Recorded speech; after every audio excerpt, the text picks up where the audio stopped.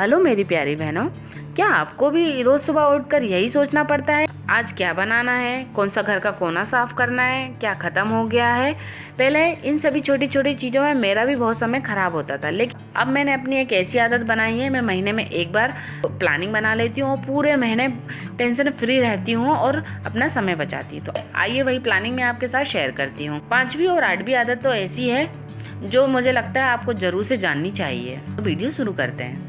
पहली आदत है पूरे महीने के खाने की प्लानिंग करना। मैं सबसे पहले महीने में एक दिन बैठकर सोच लेती हूँ कि इस महीने मुझे कौन कौन सी सब्जी दालें और खाने में मुझे क्या बनाना है। इससे रोज सुबह आज क्या बनाऊंगा टेंशन मेरा खत्म हो जाता है। दूसरा है किचन स्टॉक चेक करना। कई बार हमारे किचन में सामान रखा रहता है लेकिन हम उसे देख ही नहीं पाते और हम भूल जाते हैं और फिर दोबारा से उसे खरीद कर ले आते हैं। इसलिए मैं महीने में एक बार जब भी मैं ग्रोसरी की लिस्ट बनाती हूँ तो एक बार पूरा किचन में चेक कर लेती हूँ कि कौन सा सामान मेरा रखा है और कौन सा मुझे लाना है।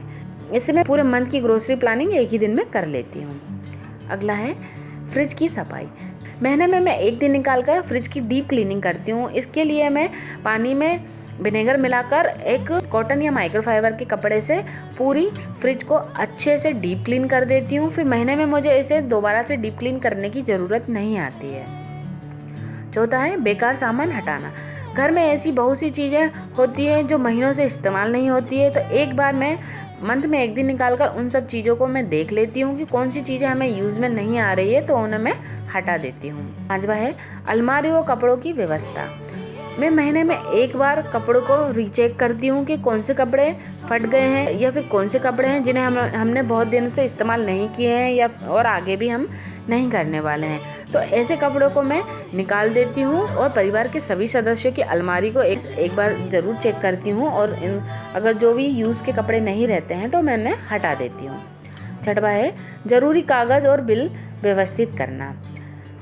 जिन भी चीज़ों को हमें मंथली पेमेंट करनी रहती है तो मैं उन चीज़ों को एक बार मंथ में बैठकर देख लेती हूँ कि इस मंथ मुझे कितनी पेमेंट करनी है, और कुछ पेमेंट जो सेट रहती है तो उसे मैं ऑटो पे डाल देती हूँ। इससे मुझे बार बार पेमेंट नहीं करना पड़ता है।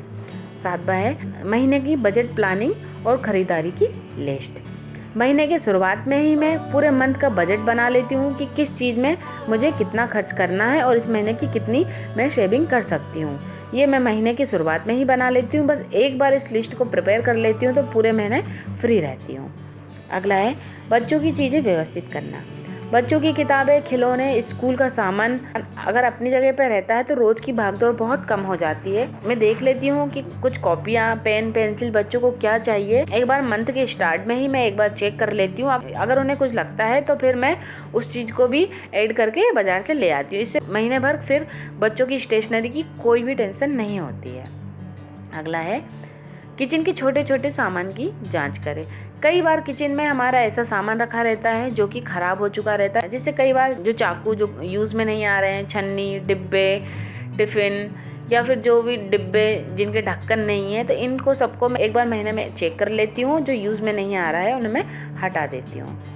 अगला है पूरे घर का एक बार रीसेट करना। मैं पूरे घर में एक बार देख लेती हूँ कि कौन सी चीज़ है जिसका हम यूज़ नहीं कर रहे हैं, तो उस चीज़ को मैं हटा देती हूँ। इससे मेरा पूरा घर एक बार रीसेट हो जाता है और महीने भर के लिए फिर से पूरी तरह तैयार हो जाता है।